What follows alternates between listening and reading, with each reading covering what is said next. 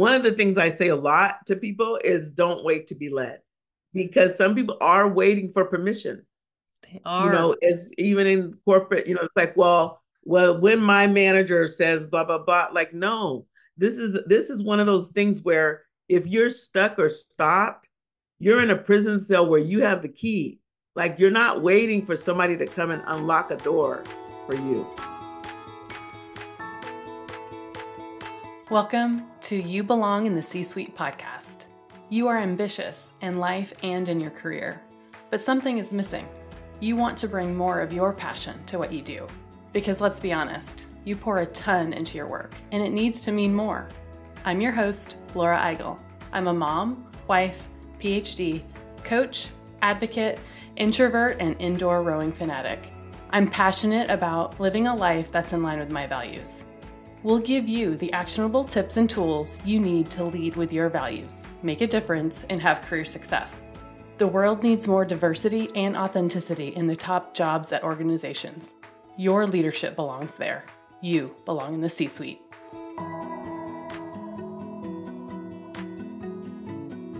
What gets you up in the morning? What drives your decisions? What do you stand for? No idea, not even sure where to start?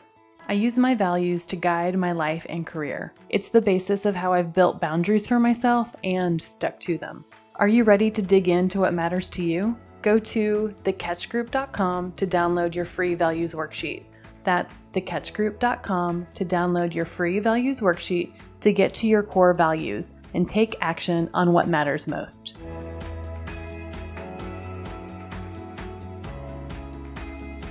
Welcome to this week's episode of the You Belong in the C-Suite podcast. I'm excited to introduce you to my guest, Lynell Green.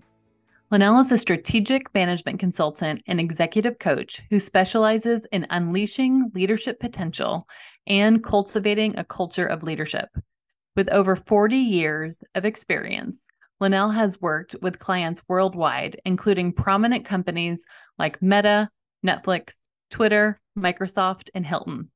Her expertise lies in coaching leaders to inspire and empower others, fostering a ripple effect of leadership throughout the organization. Lynell's approach aims to unleash the untapped leadership capabilities within individuals, enabling them to create a powerful and transformative impact with their teams and beyond. Her success as a strategic management consultant and executive coach is attributed to her multifaceted background in accounting, corporate management, and teaching leadership programs. With experiences in these domains, she possesses a unique perspective that allows her to offer valuable insights and guidance to her clients. Her accounting expertise enables her to understand complex business problems, while her corporate management background equips her with the knowledge of organizational dynamics and effective decision-making. Her experience in teaching leadership programs equips her with the skills to effectively coach and develop leaders, further enhancing her ability to support her clients in achieving their goals. In my discussion with Lynell, we talked about her background in accounting and finance and how that led her to coach leaders. We also talked about her core values of leadership, love, passion, and responsibility. Lynell gives us the three biggest struggles that leaders have that are aspiring to the C-suite when it comes to mindset. And she teaches us the term mindset mastery and why that's important inside and outside of work. She also gives us some really great examples of how she uses mindset mastery in her career and personal life as her values and priorities have evolved over time.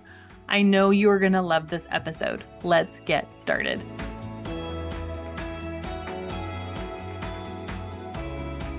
Well, I want to welcome you to the You Belong in the C-Suite podcast. Thank you so much for being here. I am really excited to share the space with you today and to just get to know you better. Wonderful. Well, Laura, I really appreciate the invitation, and I love the work that you're doing out in the world, and what you represent, and the difference you make with people. And, to me, leadership is such a unique contribution to the world. And to have people like you supporting people expand their leadership, deepen their leadership, and embrace what's possible is a privilege to be with you.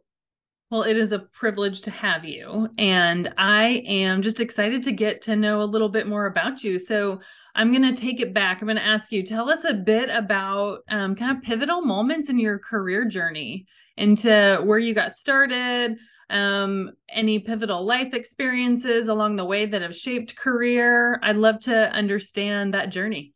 Well, I can go honestly all the way back to when I was young and we were playing kickball in, in front of the house. And I noticed that, people would, something would happen and somebody would say, well, what's the rule? And I thought, why do we always have to think about the rule after something's happened? So I started creating rule books like at like 7 or 8. I was okay, if this happens, that happens. And that was really the beginning I felt of my leadership journey. And there were 6 of us all together, but there's 3 brothers stair steps behind me.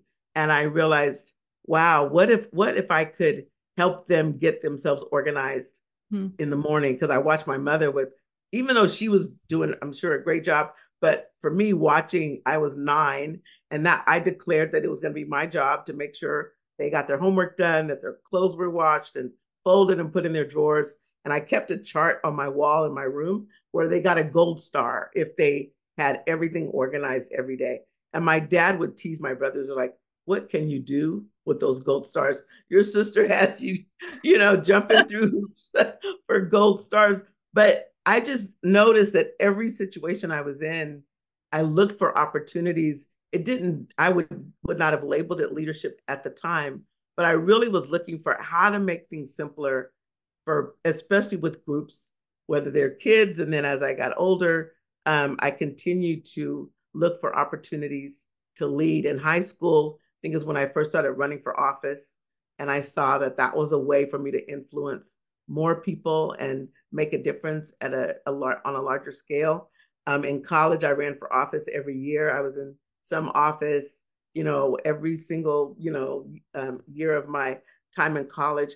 And I just found that, owning my voice and owning the fact that I'm here to make a difference and not just to grow my own personal growth and development, but as a leader, I then had influence to help other people grow and develop. And that's always been my joy, to watch people transcend from, oh, I can't, or I don't know how, or, I'm not the leader, to embracing the fact that, leadership in my view is a choice. I mean, yes, some people might have inclinations that are present when they're young, because they, like me, meddle and get in everybody's business and feel like I'm hurting people. But those opportunities to make a difference with others, watch people go from being really shy. And I grew up in Hawaii. So when I ran for office, I remember running for office in the accounting club, for example. And, there are like 400 members, but they were primarily Asian. I mean, there weren't any other African Americans in the club.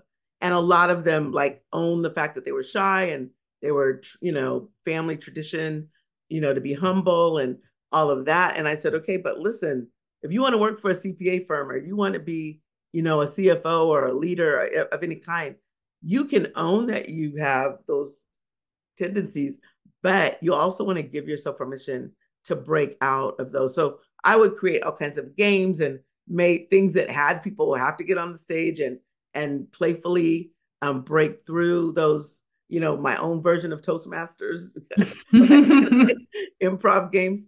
But it was all of that. I mean, when I look back, I mean, just so that when I got to corporate America, it was a natural flow for me to look for an opportunity to lead. In fact, when I first started working for Coopers and Lybrand at the time, an international CPA firm, I was at the bottom of the food chain. Now, by then I had been leading, right, for a while. So I was accustomed to setting direction and creating strategy and looking for how we were going to accomplish something.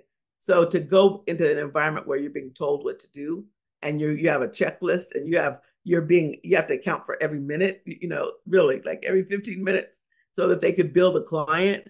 I was like, what in the world? I felt like I was on some kind of conveyor belt, right? And they weren't interested in my creativity. They just wanted me to produce, right? So what I learned from that experience, and I stayed long enough to get my CPA and long enough to lead, some, teams, but that climate, not to say anything negative about the CPA, about the profession and the culture, but I just noticed for me and for leadership development, it's a very structured environment and it doesn't lend itself to innovation, connection, collaboration. It really is to use my military term, shut up and march. So I also noticed where I didn't thrive, right? I noticed that even though I was smart, so I was effective and got good reviews, but I personally wasn't thriving because I like people. I didn't want to put my head down and work for 18 hours and not, only go to the bathroom and grab a bite to eat and put my head back down. And it took a minute to discover that I thrive in environments where people are allowed to, number one, discover their own leadership. Number two, where they don't have to agree with me. I want them thinking and actually not even so much disagreeing, but owning their own voice. Hmm. And those environments I found were very satisfying for me. So 18 hours doing spreadsheets and head down versus it can still be 18 hours, but meetings where we're collaborating and people are growing and we're having very, interesting conversations to problem solve, just bring me joy still to this day, bring me joy.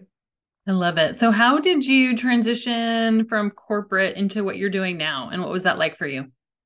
Well, that's a great question, Laura. So it actually started when I was in corporate America, and there were people that would ask me to coach them. They're like, Lynell, how do you, they'd see me make a presentation or do something, and they were like, well, what training did you do? I'm like, I didn't really train it. I just trained, to do it that thing specifically. But what I did do was give myself permission, number one, not to know.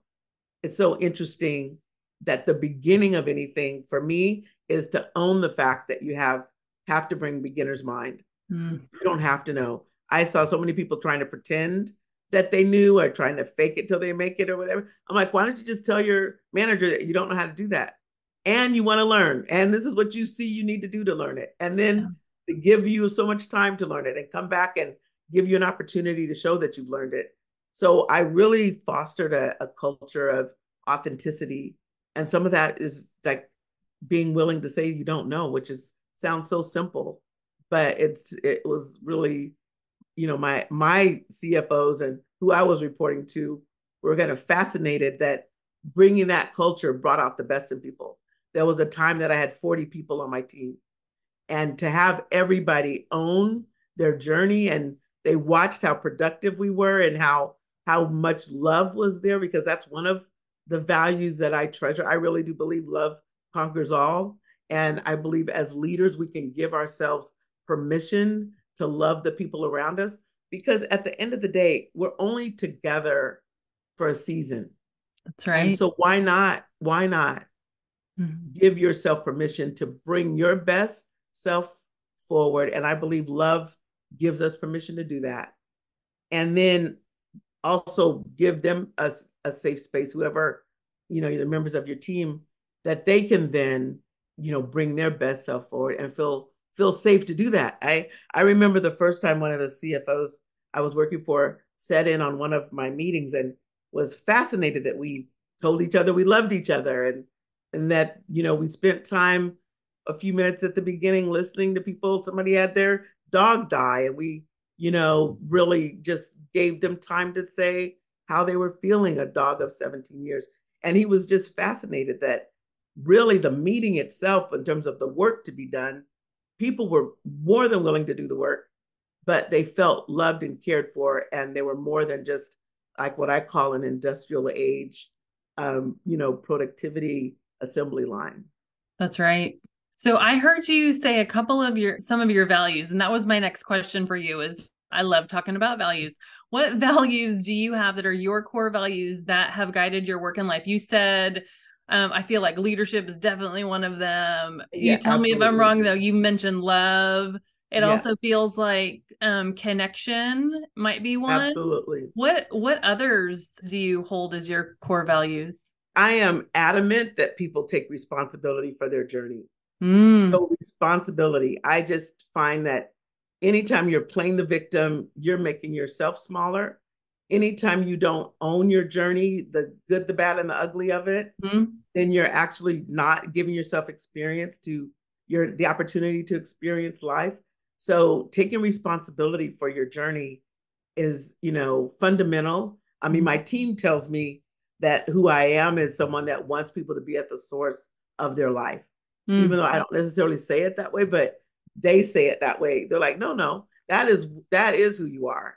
And it is true, it professionally and personally. So love, I also passion is also one of my values, because I just find if we can really discover for ourselves where our passion lies and do our best to foster that and give ourselves permission to know that it evolves.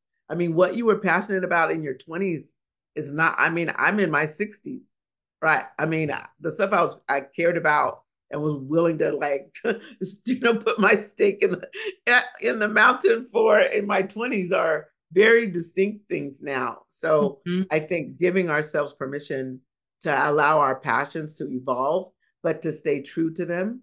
When we mm, have children, our passions shift, and then they leave home, they shift again. And as we have our own landmark, whatever the landmarks for people, things shift. And I think if we attend to that and notice when passion might be waning, I have a tendency to notice that people feel they need to dominate themselves back into a passion. Like if I was just like I was before, as opposed to owning the fact that I'm no longer passionate about that, and let that be okay. And yeah. really look to see like where do I want to take myself 3 to 5 years from now, and what am I passionate about now? And as we age, I find that people start to shift and start thinking about legacy and Mm-hmm. thinking about like what mark they want to leave behind and what difference they want to make. And that's okay. Like to own that and not to be shy about the fact that I want to leave a footprint that's not just an obvious one. Mm-hmm. Oh, thank you so much for sharing it. You have said a couple of times in your responses that you want people to give themselves permission. I love this so much, and it feels like it's such in lockstep with some of the stuff that we talked about that you do with your clients now. And so this idea of mindset mastery and the idea of giving yourself permission to do something feels like a mindset shift and an unlock to get out of your own way. Can you tell me more about what you mean by leadership mindset mastery? And then how does giving yourself permission kind of like roll into that? Yeah, beautiful. Yeah, my favorite soapbox. So I I really do find that, sometimes people they equate leadership with a title, right? Mm-hmm. Like if I have a title, if I have a team, if I'm supervising people, I'm a leader. If I'm not, then I'm a potential leader, or I desire to be a leader. And my premise is that everybody's a leader, and you're a leader right now because you're leading your own life. That's where leadership begins, with your own life. And I say that it's from the laundry room to the boardroom, Mm, that we can own our leadership. And that is just kind of sharing about my mom. Like it is being responsible for your mindset 24/7. And that means that you're responsible not only for how you're showing up and the context you're bringing to every circumstance and situation, but you're also being responsible for how you're impacting the people in your life that you love and care about, with your family and friends, but also how your mindset is impacting the people at work, and how your mindset is impacting your communities and the difference you want to make in the world. It's all mindset. Many times we will find ourselves in a sliver. Like as a leader, I'm responsible for my mindset. But when I get home, if mm, I don't feel like being bothered with my kids, I won't. Or if I, at my church or at my in my community. I Mm-hmm. may participate, I may not. Like, we don't own that our mindset is something we can show up in the morning and choose every day. And the reason I added mastery to that is because I do think it's not a default for us. It takes practice like anything else. It Mm-hmm. takes a desire to be responsible for our mindset, and to master it means that you're not going to just wake up and go with how you feel and go with what you read on the news or what you heard or some other thing that sent you off down the river, because we Mm-hmm. are emotional beings. And one of the things I say to myself, I'm always my first student, is my emotions are not reliable. Like, I can Mm-hmm. wake up, the sun is shining, this is wonderful. And then the next day it's raining. I'm like, oh my God, now I just messed up. I can't take my dogs for a walk the way I want. And it's like, are you kidding? Is that the day that you want to have? No, no, doesn't matter. I can choose joy, choose love, choose passion, choose integrity, responsibility, no matter how I feel, instead of letting my feelings drive my mindset. So that I find is a lot of when we're digging into why people are, like, let's say they're discouraged or they're sad or they are even feeling stuck or burned out or feel like they haven't figured out work life balance, for example. If you don't sort out your mindset, then trying to solve for these other things, you're going to get to the wrong answer. Mm-hmm. Because what is work life balance when you start your day with joy, regardless of the fact that you have 5 kids to get to school, you have 3 dogs chasing you, you have a partner that has needs that you don't feel like you're meeting, like, what you can start your day there, or you can start your day just owning the fact that, yeah, I don't know how to do this, but I'm willing to do my best, and I'm going to Mm-hmm. bring my best to whatever comes my way. So that's really the focus of number one, everybody's a leader. Mindset is everything, everywhere. And mastery is a choice. Mm-hmm. That's the summary of it. And one of the things I say a lot to people is don't wait to be led, because some people are waiting for permission. They are. As even in corporate, it's like, well, when my manager says blah blah blah, like, no, this is one of those things where if you're stuck or stopped, you're in a prison cell where you have the key. Like, you're not waiting for somebody to come and unlock a door for Yeah. you. Dorothy, your And shoes are already on, right? You've had them exactly, the whole that's time. right. That's right. That's right. And the thing that you're afraid of, I think one of the things that people, all of us as human beings, there are things that give us trepidation or we might be, afraid of. And that whole thing of choosing courage is also part of mindset.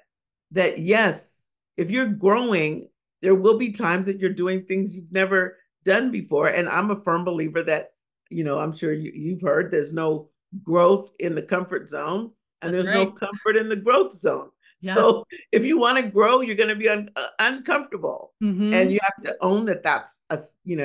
You bring your mindset even to that. Like, I'm choosing to not to pacify myself and pull my blanket up and suck my thumb and try to be comfortable. Yes, we have moments that, and I love one of your values is rest. Yeah. So, I find that's that time where you're choosing, like, I'm going to rejuvenate, I'm going to catch my breath, I'm going to refocus. If I want to sit in my yard and watch the grass grow, I'm going to do that. And I do think there's not enough attention sent, in our own direction, our direction towards what really does give us rest and rejuvenate us. Because that's all, in my view, part of the having a mindset that is rich and vibrant is knowing that as well, knowing when it's time to rest. Yeah, I cannot agree with you more with this idea that we're waiting for somebody else to tell us. That's just kind of how corporate works. The organization will tell you when you're ready for a promotion. That's right. They'll tell you the data on your performance review. They'll That's tell, right. and so we're just like waiting for these messages. And then often the people that are giving us those messages aren't doing it in a great way, right? Well, they have their own motivations too. They do. And you might not be a part of that, even That's right. though you are an accomplished person that deserves the next thing. And That's so right. just this idea of giving yourself permission to do that, and that you have the power to do it now and you don't have to wait for anybody else to give it to you, is just very powerful. And I think Yeah. it's a very big unlock. As you work with leaders, especially those that are aspiring to be in the C-suite, are there types of mindsets that you see more often, or stumbling blocks, or things that we are not giving ourselves permission to do, but we really have the power to? Are there some themes that you can share with us? Absolutely. So there's one aspect of the journey to the C-suite that I find can either be an asset or a liability, depending on how you hold it in your context. And that is the competitiveness. Mm, Because it's a pyramid, everybody's not going to make it to the that's C-suite. right. That's right. They're not. And you find people doing things to undermine others to try to brighten their star. Yes. And that's a very short-sighted approach, because it's a small world, as you know, Mm-hmm.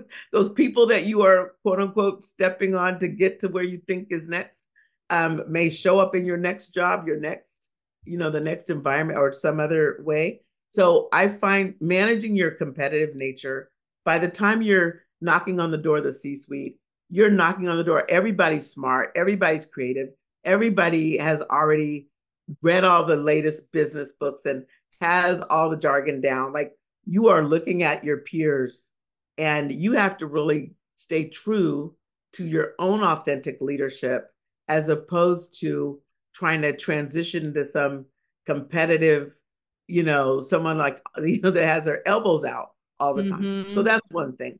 Competition. There is competition. You may have to move to find the C-suite, as opposed to getting locked in that I want to be in the C-suite of the company that I'm at. You may, but you may not, when it's such a small percentage, right? So there's that. There's also the other pitfall that I see is kind of tied to that, is not being realistic on what it looks like to be prepared. Tell me more about that. Yeah. So some people, they want it. I Mm-hmm. want to be the CFO, or the CMO, the CIO, the CTO, whatever. I want to be that. Okay, great. But what experiences and knowledge do you need to actually be prepared? It's one thing that you have a resume that looks like you're qualified. It's another thing to actually be prepared. So that, what I mean by that is, like, if you're working for a global company and you have not spent time understanding emerging markets, and understanding how your particular company, where it's positioned in the competitive marketplace, not just nationally in the US, but globally, you haven't done that work. You haven't Yeah. had any responsibilities for global assignments. And as opposed to just, I want that. Well, look to see what's missing. And what I do a lot of work on, what I call your leadership gap. So if you want to be in the C-suite, the one thing you have to keep your eye on is, what experiences haven't I had? Yeah, I love that. And it's those critical experiences that you can more than likely get. It doesn't have to be your whole role. It might That's be right. That's it, exactly right. it could be an experience working with a global team. It could be working on, a cross-functional team. It could be leading a new strategy. It could be a turnaround. That's right. All of those kinds of things that I think sometimes you're absolutely right. We don't know our leadership gaps in terms of the language of experiences, That's right. and then also we sometimes assume that that equals a role, That's and right. that feels that limits our definition and how we can get them.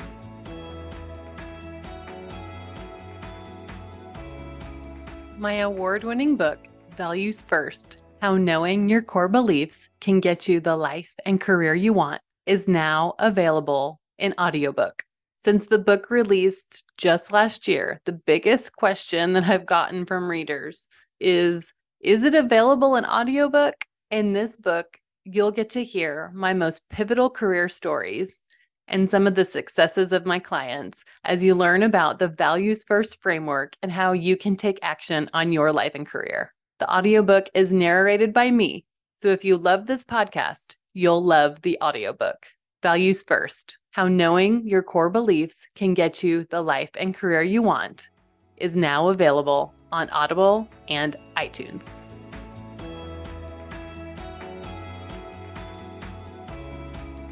That in comparison also to the idea of competition, man, this starts to get complex, right? It With does quickly. understanding your leadership gaps, like working in the minefield of all the competition. The competition, that's a real one. I feel like, man, when I was in the C-suite, it like you have your peers, but you're in your own, silos with your own teams, and there's some folks that had more of a collaborative approach, and I enjoy those folks a lot more. Yeah. And then there's others that wanted to seem like that, but really they were underneath. And to your point, the authenticity there, it was very clear. Right. They're competitive because they Right. wanted to get that next role, and That's you right. might be competition, but the collaboration over competition, such a hard one at that level. It is. It is because once you get there, of course, you had to be competitive. A lot of people, they were the valedictorian. Like they've been accustomed to, a lot of them are athletes, and the winning mindset is important in the C-suite, but it's not winning at all costs. That's right. And I think that is the part that, like at what point are you choosing your battles? And I think the third element, Laura, that I find my C-suite people and people close knocking on the door is understanding the role of politics. Yeah, tell me more about that. That is another complex complex one, right?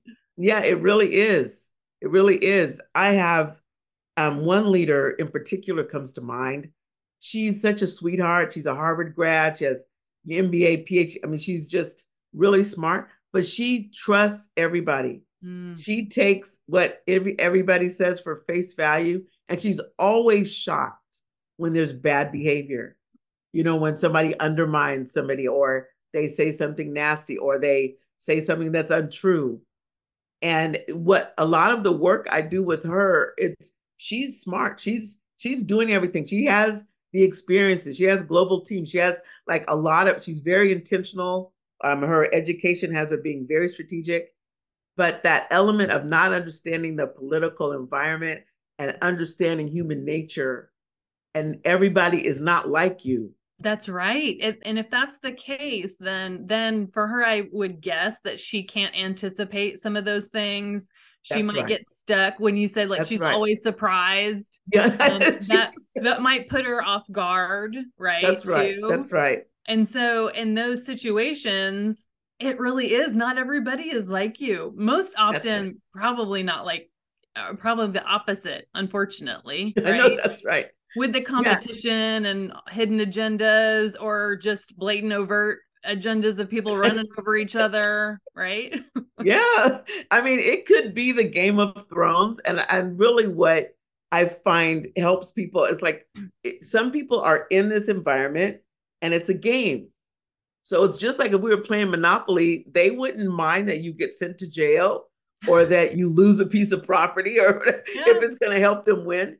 And other people are not looking at it as a game. They want to make a difference. They want, to do meaningful work. And not that those can't exist together, but I find that if you can at least give yourself permission to play the game a little bit and not take it personally, because that's the last component, is that if in fact people are doing things that are mischievous and you take it personally, then you find yourself derailed.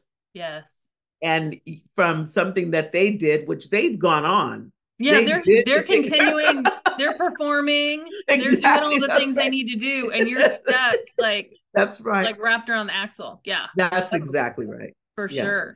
And it's really it's just it's an interesting place to for that example, that leader that you just mentioned. So what is that mindset shift that she needs to make? Yeah, so we have been at work. I mean, I've been her coach for a while now. So she'll start, she's like, I know you're going to tell me that whenever she's shocked. So lately, I just told her, I said, listen, what you are great at is reading a room and connecting with people. I said, so if you connect with someone and you've seen that they have lied and undermined other people, believe them. Yeah. That's how they behave. It's Yeah. not you making a judgment Yeah. because And for her, she doesn't want to make a judgment. I mean, she's really right. like, I don't want to judge people. So don't. Yeah. But if I come up to you and I'm constantly lying to you about the person sitting next to you or telling you, undermining your team or doing whatever, just believe their behavior. Let's just start there. People show you themselves. Yeah.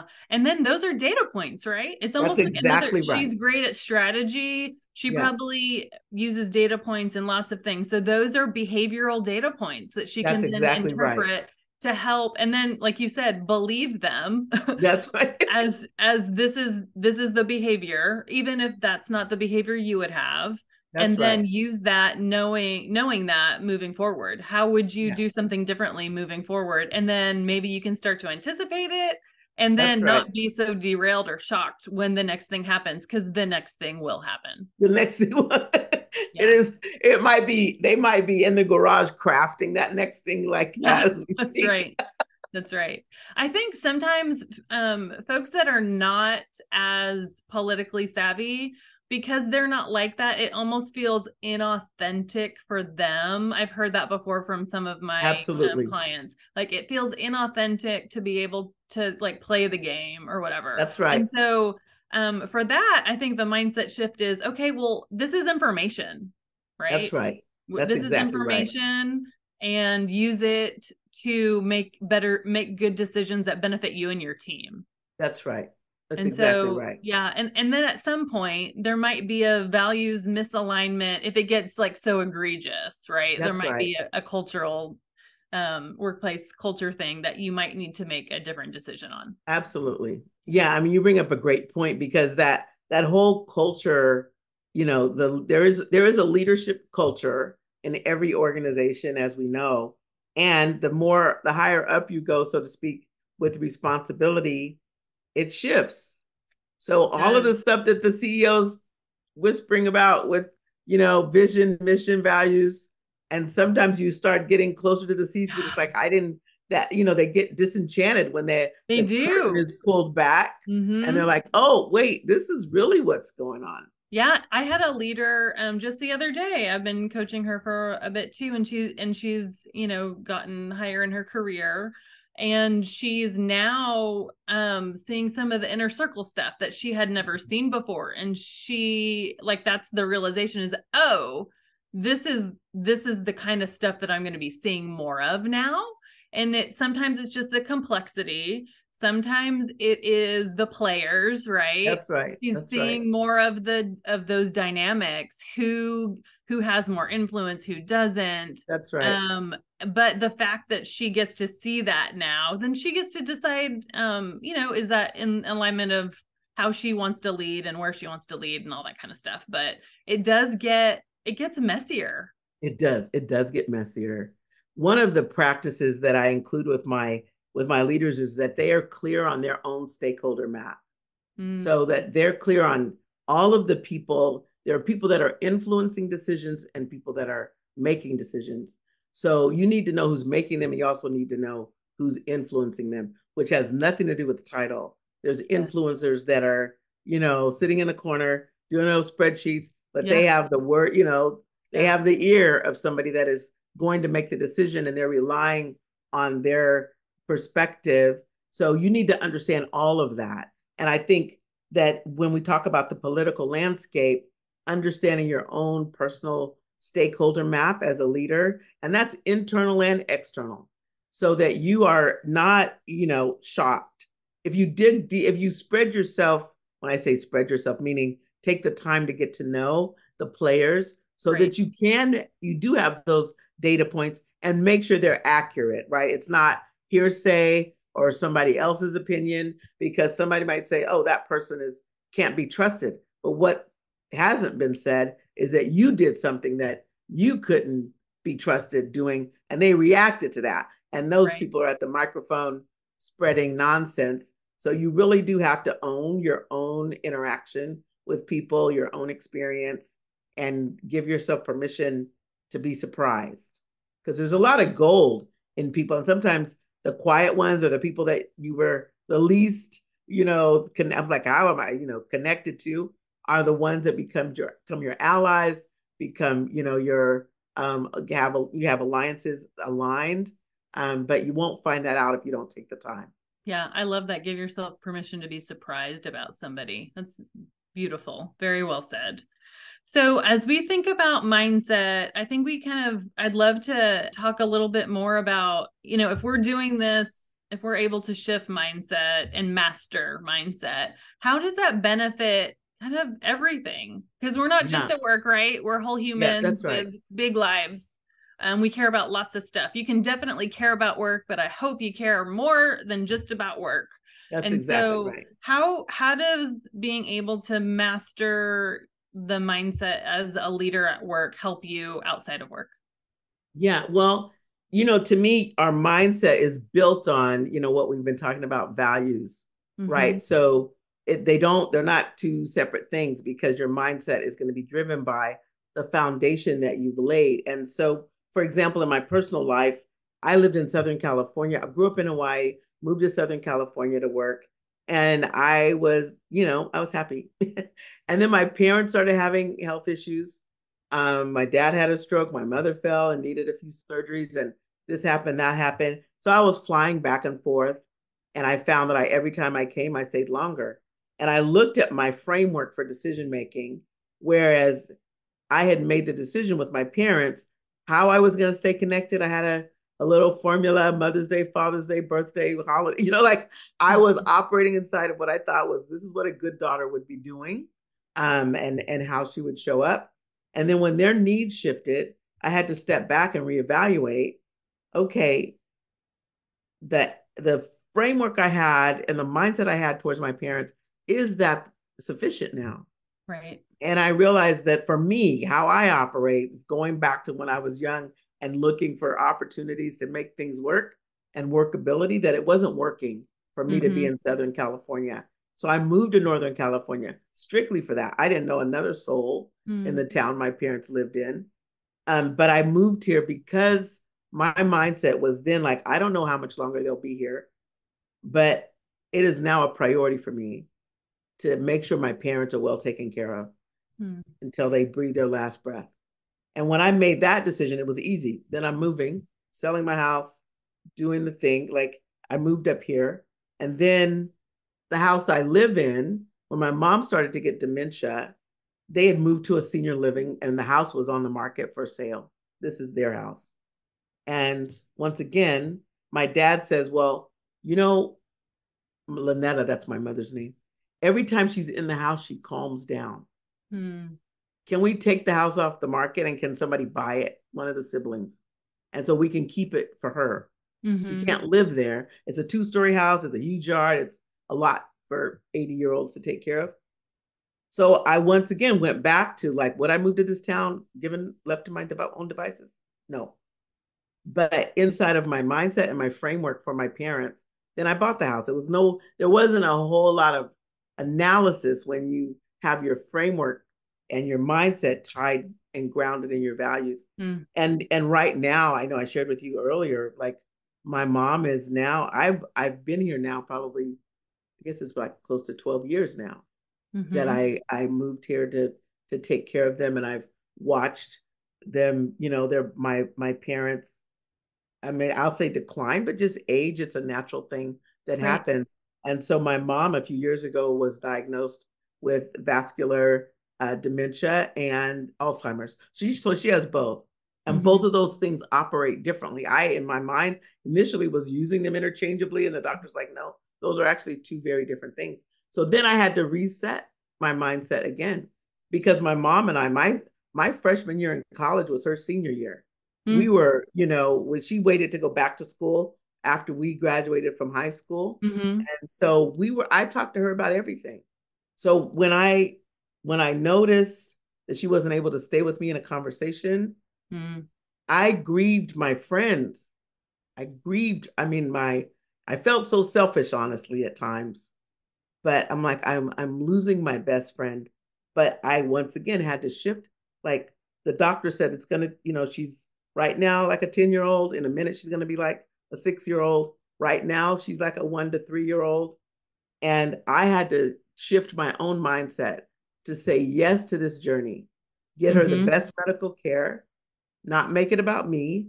Mm-hmm. If I need help, I'll go somewhere else to get the help I need, but give myself permission to stand inside of my commitment and my value that I honor my parents and I'm going to do whatever I need to do. So, my dad, same thing. He's just now showing signs of dementia.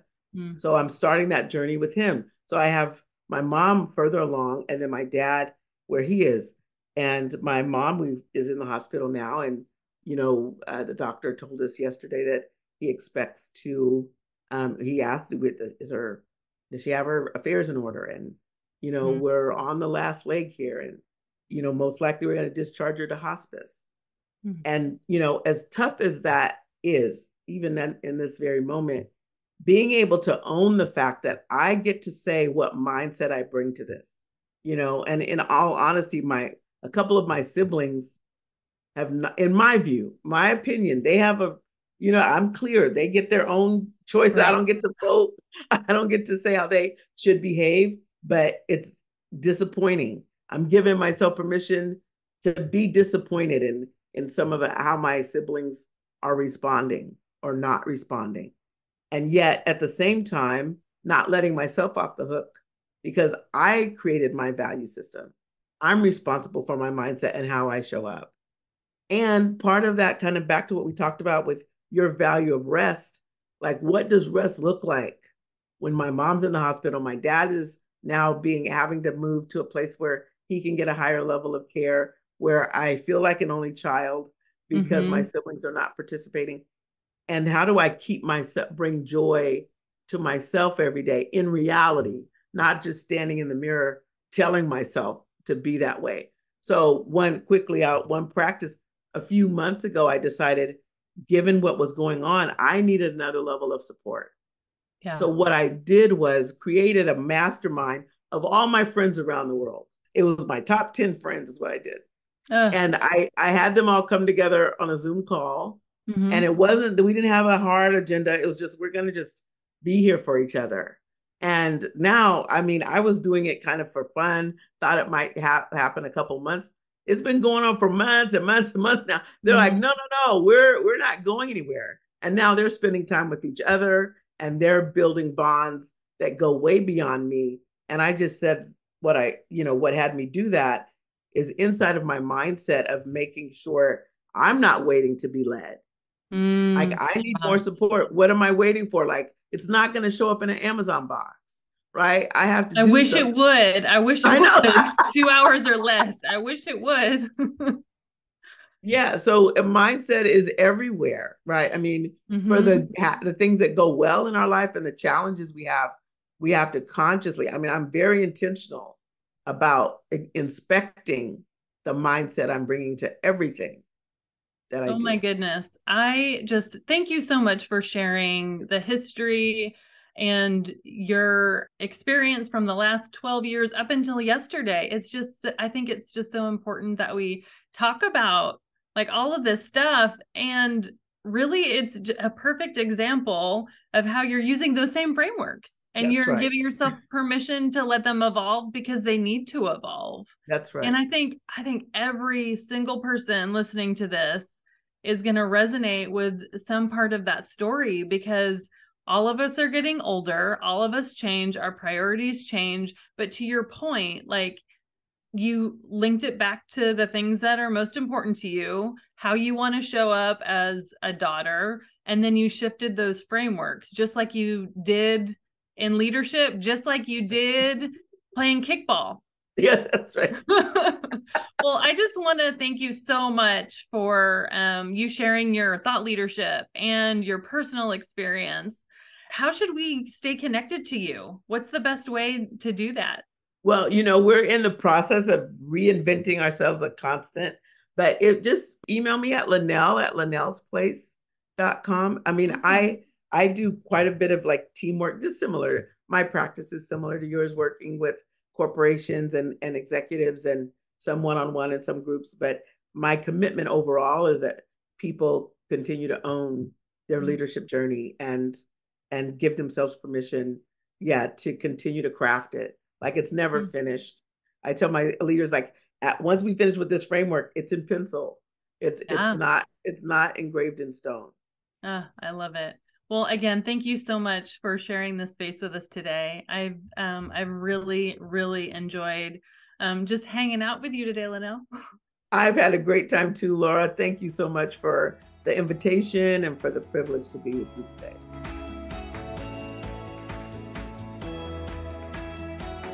I want to thank you so much for listening to the You Belong in the C-Suite podcast. If you are enjoying this content, please remember to rate and review on Apple Podcasts. By leaving a review, you are helping others find this content. We will be featuring 5-star reviews on air in upcoming episodes. Editing and support for the podcast is done by S&E Podcast Management. To get more tips and tools to help you live a life guided by your values, go to thecatchgroup.com. Keep your boundaries and take care.